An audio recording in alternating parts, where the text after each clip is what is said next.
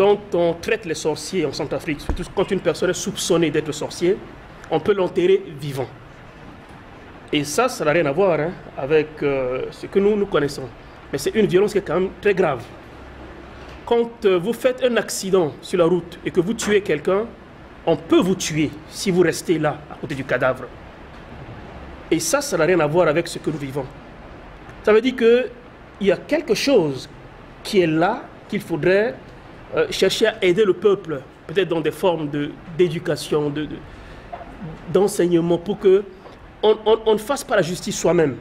Alors, en revenant à la question posée par M. Larcher, je crois que le discours de Bozizé n'aurait pas enflammé la situation si les Séléka, en prenant le pouvoir, ne s'étaient pas cédés à ces exactions que nous avons connues pendant plus d'une année. Il faut d'abord connaître qui est l'homme Bozizé. C'est vrai qu'il était religieux, mais il faut savoir que c'est un militaire, c'est un politicien. Et quelqu'un a dit que presque derrière tous les coups d'État qui ont eu lieu à Bangui, Bozizé était dedans. Je ne sais pas si c'est justifié, mais c'est ce que quelqu'un a fait comme analyse. Bozizé, même s'il était religieux, mais il appartenait aussi à d'autres groupes occultes. Et parfois j'entends dire que c'est parce que Bozizé a stigmatisé les musulmans qu'on est arrivé là. Mais quand les Séléka avaient pris le pouvoir pendant presque un an, si c'était vraiment concentré pour bâtir le pays, on ne serait pas arrivé à ce que nous vivons aujourd'hui. Mais pendant tout le temps qu'ils étaient au pouvoir, c'était des exactions. C'était des charniers qu'on découvrait. C'était des gens qui étaient arrêtés, ils mutilaient les gens. Et j'ai dit, moi j'ai été plusieurs fois sur le terrain. Donc je parle de ce que j'ai vécu. Et ça pendant presque une année. C'est tout ce qu'ils ont, la destruction totale. Et imaginez-vous, ça ne pouvait que pousser les gens à une certaine exaspération. Et quand il y a eu cet amalgame entre Séléka et musulmans, avec le changement de décembre 2013, on est arrivé là. Mais si les Séléka s'étaient vraiment contentés de bâtir ce pays, on ne parlerait pas aujourd'hui de cet affrontement entre musulmans et chrétiens. Ça veut dire que le discours même de Bozizé n'aurait pas eu d'effet. Je voulais vous dire quelque chose. Vous savez, aujourd'hui, le monde change. Ce n'est pas la même chose qu'à l'époque. Aujourd'hui, il y a vraiment ces difficultés de vie. Donc, les jeunes, le plus souvent, disent que comme ils ne sont pas occupés, après leur formation, ils ne sont pas occupés, eux-mêmes, ils se jettent comme ça dans la rue. Et ils se jettent comme ça dans la violence. Le plus souvent, c'est un problème d'encadrement. On les encadre. Il faut les encadrer, il faut les orienter. Pour les jeunes, ils pensent que c'est seulement la fonction publique. Or, ce n'est pas seulement la fonction publique. On peut les orienter dans les petits métiers. Mais si ces jeunes ne sont pas occupés, ils restent comme ça. Les politiques vont en profiter. Les politiques vont en profiter. Ils viendront comme ça, un jeune qui n'a pas 1000 francs, qui n'a pas 500 par jour. On vient comme ça, on dit que tu peux m'aider, comme ça par jour je te donne 10 000 francs. Vous pensez que ce jeune-là va rester comme ça, il va refuser les 10 000 francs? Le jeune sera obligé d'accepter la proposition qu'a faite l'homme politique. C'est pourquoi nous avons dit, le mieux c'est d'encadrer cette jeunesse-là, les occuper. Si un jeune aujourd'hui a une activité qui lui procure de l'argent, par jour il a 5 000 francs, 10 000 francs, et là 10 jours déjà il a 500 000 francs ou bien 200 000 francs. Même si le politique vient aujourd'hui, dit que non, mais écoutez, abandonnez tout ce que vous faites là, vous me suivez, les jeunes vont refuser. Les jeunes vont refuser, ils vont dire que moi c'est mon pain, c'est mon gagne-pain. Je ne peux pas abandonner mon gagne-pain pour suivre cette personne. Qui sait si ce qu'il va me faire là-bas, ça sera encore dommage pour moi. Vous voyez? Donc c'est ça la différence. Or, entre-temps, la vie était un peu facile. Les parents sont là, les parents aident, un jeune peut aller cultiver, un jeune peut aller à la chasse, un jeune peut aller à la pêche. Mais aujourd'hui, si vous demandez à un jeune d'aller à la pêche, ou bien d'aller à la chasse, ou bien d'aller cultiver, vous êtes sûr que la majorité va accepter? C'est pourquoi nous disons, à chaque fois nous revenons sur cet aspect, il faut les encadrer, il faut les orienter aussi, surtout pour les petits métiers, il faut les occuper. Laisser les jeunes comme ça, nous allons toujours revenir sur les mêmes cas de violence. Vous aurez peut-être vu au travers France 24 ou TV5 qu'il y avait eu un événement à l'église Saint-Jacques de Pétenay à l'époque, où l'archevêque Nzapalainga était là, responsable de la communauté islamique, où on voulait lyncher un colonel de Séléka. J'avais initié cette rencontre. On était en train de mettre ensemble pasteurs, prêtres et imams pour discuter face à la violence qui se déroulait. Mais quand on s'était rendu compte que la foule voulait tuer ce colonel Seleka, on s'était littéralement sacrifié. Nous étions 3 pasteurs à protéger cet homme. Nous avons pris des coups. Mais nous l'avons protégé, nous l'avons fait sortir de son véhicule pour le mettre dans l'enceinte même de l'église catholique Saint-Jacques. Et c'était à nos risques et périls. Moi, j'avais reçu une fracture au niveau du bras. Un autre pasteur avait reçu un coup au visage. Et on avait des blessures. Et pourquoi est-ce qu'on avait posé cet acte? C'est parce que nous croyons que notre foi ne nous permet pas d'accepter qu'on tue quelqu'un devant nous. Peut-être en notre absence, peut-être on peut nous relater cette histoire, mais on ne peut pas être témoin de cela. Et je crois que beaucoup comme moi, quand on entend ce qui se passe, beaucoup souffrent et beaucoup pleurent peut-être au-dedans d'eux. Nous, Centrafricains qui sommes à l'étranger, et ce que vous vivez ici, nous le ressentons. Et la notion de l'étranger, on peut le définir, on peut le voir à différents niveaux de gradient, ça existe. Parce que même entre nous, Centrafricains, déjà, autour de la gestion du pouvoir, on dit toujours que cette fois-ci, c'est notre tour. Quand quelqu'un émerge, telle communauté, telle région ou telle ethnie, dit c'est notre tour ou c'est le tour des autres. Et cette notion aussi a beaucoup travaillé et contribué à nourrir la violence que nous vivons présentement. Et l'autre problème également, c'est le manque de civisme dans ce pays. Depuis que cette nation existe, on n'a jamais pris ce problème-là à cœur pour former le citoyen, pour qu'il comprenne ses droits et ses devoirs. La crise, le plus souvent, il faut que nous ayons une idée même de la réconciliation. Nous sommes présentement sur un processus même de la cohésion sociale. Nous sommes dans le processus même de la réconciliation. Au niveau même de notre ministère, nous savons que nous travaillons avec les jeunes. Et les jeunes sont des victimes. Les jeunes sont aussi des acteurs. Donc nous avons fait un chronogramme d'activités que nous voulons rechercher même des financements pour essayer de conscientiser cette jeunesse, essayer d'amener la jeunesse à une cohésion sociale, essayer d'amener la jeunesse à cette réconciliation. Au niveau des différentes églises également, nous avons procédé même aux activités de la paix, sensibiliser les jeunes pour la paix et même la cohésion sociale. Présentement, nous sommes même sur une activité que nous avons aussi déjà fait le chronogramme, mais nous n'avons pas encore réalisé cette activité. Donc, dans le cœur déjà, comme je vous ai dit tout à l'heure, c'est quelque chose qui nous a fait très mal, et maintenant, il faut enlever. Nous avons déjà accepté, demander pardon, et maintenant, il faut qu'on aille dans le processus même de la cohésion sociale et de la réconciliation nationale. Tant qu'on continuera de poser le problème centrafricain comme un problème religieux, chrétien, musulman, on passera à côté de la plaque. Et j'ai comme impression qu'il y a des gens qui se sucrent, il y a des gens qui font du business autour de ça. Chrétien, musulman, c'est un faux problème. Moi, je suis chrétien, mais l'aînée de ma famille, elle s'est islamisée, elle est mariée à un musulman. J'ai des neveux qui sont musulmans. On a toujours vécu ensemble. Pendant le ramadan, à la fin, tout le monde est content d'aller prendre la bouillie chez les voisins musulmans, chez les parents musulmans. C'est tellement mélangé, des musulmans qui marient les chrétiens. Ce problème n'a pas vraiment, ça n'a pas beaucoup influencé. Mais c'est la malgouvernance. La malgouvernance inclut le problème de déficit communicationnel. On ne planifie, c'est la malgouvernance tout simplement. On gère mal, on repartit inéquitablement les biens du pays, ça crée des frustrations. Je me suis vu obligé d'intervenir pour dire ce que je pense de cette crise craquante que le pays traverse depuis au moins 2 ans et demi. J'ai entendu par-ci par-là des interventions qui ont fusé. Et d'aucuns ont estimé que si nous en sommes là, c'est parce que la minorité a été exclue. Non, loin de là. Là n'est pas le problème. Je vais abonder dans le même sens que Padri pour dire que j'ai des cousins à moi qui sont musulmans. Ma tante, la petite soeur à ma mère, même père, même mère, a enfanté avec un Tchadien. Il est là au kilomètre 5. Donc j'ai des cousins qui sont musulmans. Donc là n'est pas de problème. Quand on veut le pouvoir et quand on a le pouvoir entre ses mains, on doit l'entretenir. Tel n'a pas été le cas. Même si par exemple la minorité a été exclue, mais il y a un cas parlant aux États-Unis. On a vu comment la minorité noire, avec Martin Luther King, avait revendiqué ses droits. Ce n'est pas par la violence.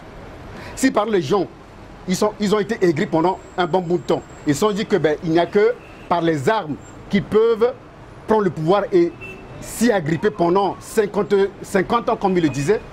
C'est ce qui nous a amené dans toutes ces gadoules. Donc dire que la minorité a été exclue, non, c'est pas le problème.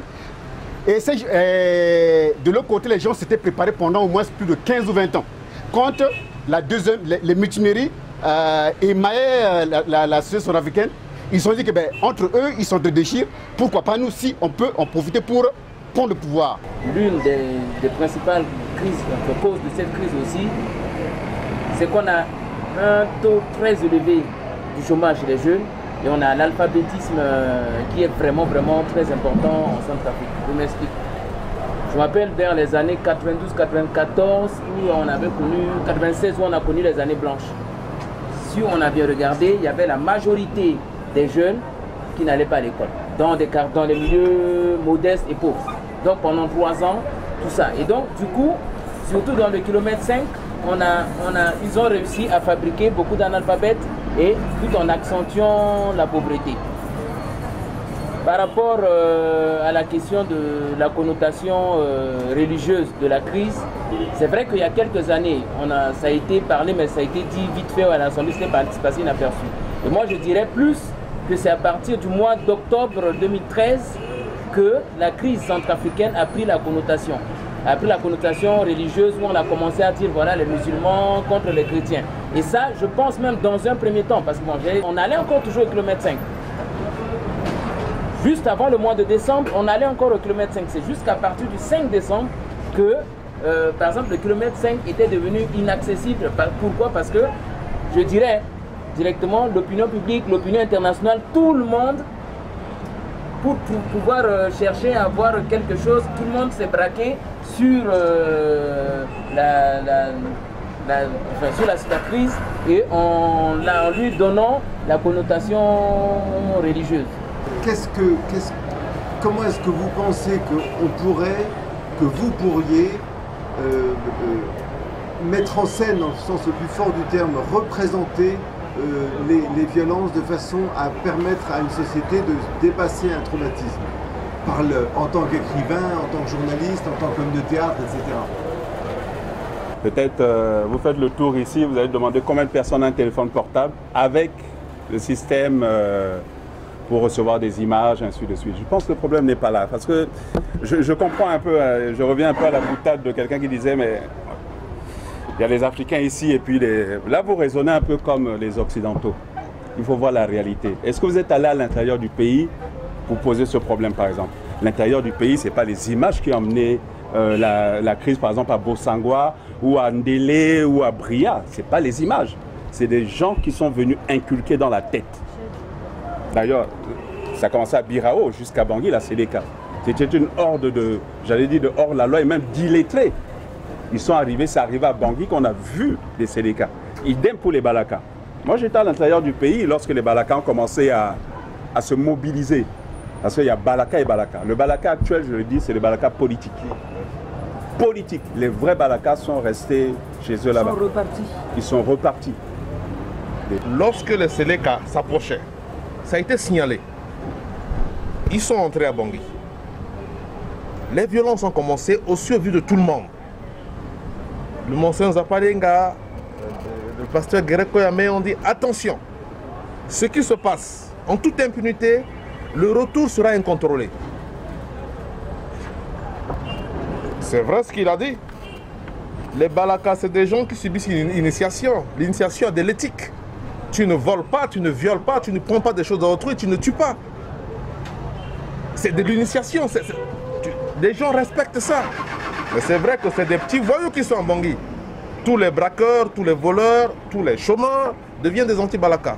Pour prendre le téléphone, même tu as 100 francs dans ta poche, ils vont prendre ça. Mais on a vu ce drame arriver. On a vu le drame arriver et le drame est arrivé. Maintenant, c'est devenu une équation, un problème à plusieurs inconnus. J'ai vécu beaucoup de choses, mais je voudrais dire juste la dernière chose que j'ai vécue. Je ne sais pas si vous êtes au courant, dans Wango, dans le 7e arrondissement, il y a eu dernièrement une attaque des anti-balaka sur la population, où 41 maisons ont été brûlées, 6 personnes ont été tuées, 19 personnes ont été blessées, dont au moins 9 graves. Et donc, je voudrais juste raconter cette partie. Pourquoi? Parce que dès que Seleka était arrivé, ça avait déjà commencé. Et moi-même, j'étais parti avec quelques-uns de mes amis vers Zongo, où on a pratiquement passé 5 mois. Qu'est-ce qui se passe? C'est un groupe qui était venu soutenir la population, disons en le libérant, mais aujourd'hui, ça commence déjà à toucher la population dans sa propre chair. Et ce qui s'est passé, c'est juste parce que ce groupe est venu prendre juste quelques matériels comme les motos, comme les téléphones, et à empêcher la population de circuler parce qu'ils disaient, ils ont lancé un ultimatum à la présidente pour démissionner. 2, ils voulaient que toute la population reste chez elle pour paralyser la ville. Et que la population pauvre qui devait aller vendre, qui devait aller travailler, s'entêtait, il va falloir leur faire la force. Et voilà la raison de cette violence. À l'instant même, ce que je viens de dire, c'est-à-dire que nous avons entendu des témoignages, nous avons eu des personnes qui se sont livrées, qui ont parlé des causes de la crise, de la manière dont ils la comprennent. Et à partir de là, il y a possibilité de construire l'avenir. Si nous continuons, si entre intellectuels centrafricains, on continue à discuter, à débattre, à parler, à imaginer l'avenir, et si nous avons la possibilité de favoriser cela, nous aurons réussi notre coup, entre guillemets, parce que nous venions pour aider les Centrafricains à parler à nous, mais à parler entre eux, et si les deux se réalisent, c'est formidable. Tout au long de leur long trajet, qui quitte depuis le nord jusqu'au centre, jusqu'à Bangui, ils vont s'évertuer à s'attaquer aux églises, à s'attaquer aux prêtres, à s'attaquer aux sœurs, détruire tout ce qui était une représentation chrétienne. Et comme intellectuels, et d'ailleurs ils vont être soutenus par la population musulmane de Bangui, mais on peut même dire de toute la République centrafricaine. Et je me suis posé la question de savoir, est-ce qu'il y avait dans l'histoire de notre pays un élément pouvant justifier une frustration de la communauté musulmane dans notre pays qui puisse expliquer cette collusion finalement autour de la question politique, même si tout musulman centrafricain de Bangui ne bénéficie pas des retombées de la prise de pouvoir de Seleka, ils étaient quand même solidaires de ce qui s'est passé. Et je trouve une partie d'explication dans une enquête qui est réalisée en 2008 par le Programme des Nations Unies pour le développement. Cette enquête réalisée en 2008 préparait la publication du rapport sur le développement humain, le rapport national sur le développement humain de l'année 2008. Et l'enquête nous donne une information singulière. Lorsqu'on pose la question à la population de savoir, une enquête individuelle, mais entre autres informations dans les questionnaires, il y avait la religion. Donc on pouvait faire le tri dans le traitement séparé. Alors, lorsqu'on pose la question à la population de savoir si vous vous sentez exclu, et pour quelle raison, 29% des chrétiens disent oui, on se sent exclu pour une question de revenus. tenez-vous bien, 51,3% des musulmans disent nous nous sentons exclus parce que musulmans, c'est-à-dire pour des raisons religieuses. C'est là quand même un chiffre sur lequel on peut s'arrêter. Et je me suis posé la question de savoir quelle est la particularité du musulman de Centrafrique pour que 51,3% de cette communauté se sentent exclus. Le musulman est essentiellement négociant. Il est commerçant. Il est éleveur et il est diamantaire. Il exerce ses fonctions économiques dans un pays où 70% de la population pose des actes de dépenses quotidiennes au marché. C'est-à-dire, quand vous prenez l'ensemble des dépenses du ménage centrafricain, 10% de ces dépenses-là se fait au marché. Dans une configuration où plus de 70% aussi des commerçants, c'est-à-dire acteurs de ce marché, sont de confession musulmane. Et ces personnes qui vont faire ces 70 actes de dépenses sur le marché sont à plus de 40% vulnérables sur le plan alimentaire et à 67% pauvres. En d'autres termes, le musulman, qui est la communauté dominante du marché, fait face à la pauvreté des ménages. C'est lui qui en répond. Lorsqu'il y a la crise, il est indexé. Cela aura pour conséquence quoi? La première, c'est qu'ils vont être stigmatisés comme étant en partie responsables de la paupérisation. Je vis une vulnérabilité alimentaire, celui qui est responsable, c'est le méchant commerçant qui est en face. Deuxième problème, ils vont être confrontés à ce qu'on peut appeler un délit de solvabilité. Dans le délit de solvabilité, je l'appelle ainsi, on peut l'appeler autrement. On considère qu'eux ont de l'argent et que nous autres, nous n'en avons pas. À partir de ce moment, ils font objet de toutes des brimades de toutes sortes, de raquettes et autres, de la part des forces de l'ordre, policiers et gendarmes.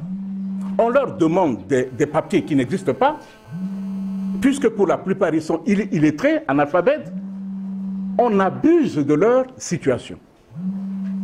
Deuxième phénomène, à partir du fait qu'ils sont éleveurs, ils sont confrontés à la population agriculteur, aux agriculteurs, conflits de sol, de pâture. Et ils vont être obligés de se défendre, parce que l'agriculteur en question sera confronté à deux phénomènes. Le premier, c'est que non seulement les bétails viennent détruire le champ des éleveurs, ce qui les oblige à se venger, mais ces éleveurs vont devenir de plus en plus pauvres et vont vouloir prélever sur le stock, le cheptel des éleveurs pour se nourrir ou pour vendre. Les éleveurs vont se mettre en situation de se défendre. Au début, ils utilisent des flèches. Après, ils vont s'armer. Quand Séléka est rentré, les guerriers redoutables qui étaient parmi eux, c'est des Peuls. Voilà, à mon avis, le décor planté.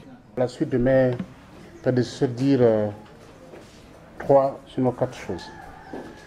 La première chose que je voulais relever par rapport à la situation de notre pays, il y a le principe de l'impunité qui s'est instauré depuis plusieurs années dans ce pays. Nous nous sommes rendus compte que pour plusieurs raisons, que parfois nous ignorons, beaucoup de victimes, sinon beaucoup de justiciables, n'arrivent pas à avoir justice dans leur situation. Il y va aussi bien de la part, que ce soit des musulmans, que ce soit des chrétiens, que ce soit de plusieurs autres ressortissants centrafricains, nous nous sommes rendus compte qu'effectivement, il y a un problème d'impunité à tous les niveaux. Ça, c'est l'un des problèmes que j'ai relevé. La deuxième chose, un de mes professeurs l'a abordé, c'est la question de la marginalisation d'une partie de la population. Et l'exemple de Bougatois est typique, sinon atypique. Le troisième point que j'aborde rapidement, c'est celui de l'éducation. Nous avons de très graves problèmes en matière d'éducation. Aujourd'hui, les jeunes qui ont pris des armes blanches ou encore des armes à feu, la plupart, mais n'ont pas reçu l'éducation de base. Et cela nous pose de sérieux problèmes dans la mesure où on s'est rendu compte que des jeunes, ou sinon des enfants, ils s'amusent avec des armes qu'ils prennent. Ils pensent que c'est un jouet et c'est à nos dépens.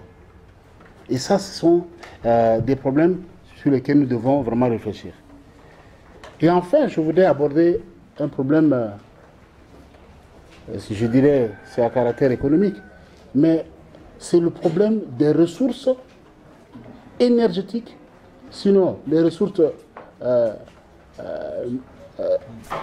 naturelles, pour ne dire que c'est là, que nous avons. Vous savez, j'ai l'habitude de donner un exemple de ce monsieur qui est parti en Occident pour chercher de l'or. Il vit dans un pays africain, sinon en Centrafrique, et il quitte son pays pour aller chercher de l'or en Occident. Après plusieurs années, il se rend compte qu'il n'a pas ce temps. Il cherchait toujours. Il tombe malade et il meurt. On ramène son corps au pays et dans sa propre maison, parce qu'il a demandé qu'on l'enterre dans sa propre maison, et quand on a commencé à creuser, la première pelle, c'est de l'or. La deuxième, c'est de l'or, et ainsi de suite. Donc nous sommes pratiquement victimes de cette situation-là. Dans le phénomène de violence que nous avons connu ces 2 dernières années, c'est en fait depuis décembre 2012 que les Séléka ont commencé à écumer le pays. Généralement, comme quelqu'un l'a dit, on a connu 10 coups d'État. Une fois que Bangui est prise, la ville de Bangui est prise, il n'y a plus rien. Alors il s'est avéré que quand ils sont arrivés, ils ont essaimé tout le territoire. Je vais vous dire que ce qu'on a vu, c'est que nous avons des leaders Séléka, mais toute l'armée en bas, c'est toutes les bandes des voyous, des repris de justice. Moi, personnellement, quand les Séléka sont arrivés ici, au mois de mars, le monsieur qui les a amenés chez moi pour me piller est revenu le 5 décembre comme chef des anti-Balaka. Donc c'est la même population en bas et les chefs les utilisent. Donc c'est pour dire que, en fait, ce n'était pas le pouvoir de l'État. On avait des chefs de guerre qui se sont répartis le territoire selon des richesses, l'or, le diamant, le bois, l'ivoire. Et voilà, ce qui s'est passé, c'est que durant la période du 10 décembre 2012 au 5 décembre 2013, il n'y avait aucune presse internationale ici à Bangui pour relayer toutes ces exactions. La presse internationale est arrivée une semaine avant le déploiement des Sangaris. Et curieusement, ce déploiement a coïncidé avec l'arrivée des anti-Balaka qui ont pris le dessus. Et pour les anti-Balaka, il y avait les caméras et les micros qui étaient là pour filmer toutes ces atrocités, alors que pendant 1 an, il y a eu des atrocités. C'est ce que je voulais cadrer. Par exemple, tant que, et l'un des points sur lesquels je reviens, c'est l'éducation. Tant que nous n'allons pas développer la démocratie de proximité, de la base, le reste, ça va être vraiment, j'ai failli dire du cinéma. Je le dis toujours, quand on me dit à un paysan qui a 2500 km au fin fond de village d'élire un président de la République, il n'a jamais vu un président de la République. Il va élire qui? Il va élire le parent qui est venu lui donner du sel, du savon. Mais alors que si on amenait ce paysan à dire il doit élire son chef de village, il n'élira pas n'importe qui. Je crois qu'il faut qu'on ait des réflexions pour que dans les années qui viennent, nous mettons plus en exergue ce type de démocratie de proximité qui puisse attendre. Je crois que dans les grands pays européens, il y a eu les grands corps d'électeurs, avant qu'il n'en arrive, même aujourd'hui dans certains pays ça se passe. Donc voilà ce que je voulais, pour prêcher un peu à ma chapelle, ce que je voulais ajouter. Je vous remercie. Mais la trame fondamentale, c'est que la violence que nous connaissons en République centrafricaine, aujourd'hui, 2014, eh bien, la trame remonte loin. Et je pense que l'un de mes prédécesseurs a déjà pointé la période coloniale. Cette violence institutionnalisée a commencé à l'époque coloniale Et elle perdure à partir des années 60 par l'instabilité, pourrait-on dire, provoquée au sommet de l'État, à savoir les présidents de la République. À l'époque coloniale, le principe même de violence était inscrit dans le mode de gestion des colonies. C'est le ministre des colonies, Rankin, qui, en recevant les missionnaires devant aller au Congo, leur a prescrit 9 recommandations. La deuxième recommandation disait expressément que les administratifs, les industriels devaient recourir à la violence pour se faire craindre, pour se faire respecter. Ça, c'était dit et écrit. De l'autre côté, sur la rive droite, 1920-1921, c'est René Maran qui va brosser le tableau des violences qui s'opéraient contre les populations ouvanguiennes de l'époque. Dans son roman Batouala, et en même temps prix Goncourt en 1921. C'est René Maran qui disait que, à une pointe d'humour noir, que s'ils crèvent par milliers comme des mouches, c'est qu'on met en valeur leur pays, sous-entendu, pour le bénéfice des entreprises, des sociétés concessionnaires. Et nous arrivons à l'indépendance. À l'indépendance 1960. Et c'est à partir de là que la même violence institutionnalisée va perdurer. Et ce sont des gens qui sont triés sur le volet pour le maintien d'intérêts du colonisateur. Ça, c'est vraiment clair. Et il suffit que celui-là puisse tant soit peu vouloir s'écarter de la ligne qui lui a été tracée, il est évincé. Ambassadeur de France en République centrafricaine, dans son livre Ambassadeur en France-Afrique, qui le dit.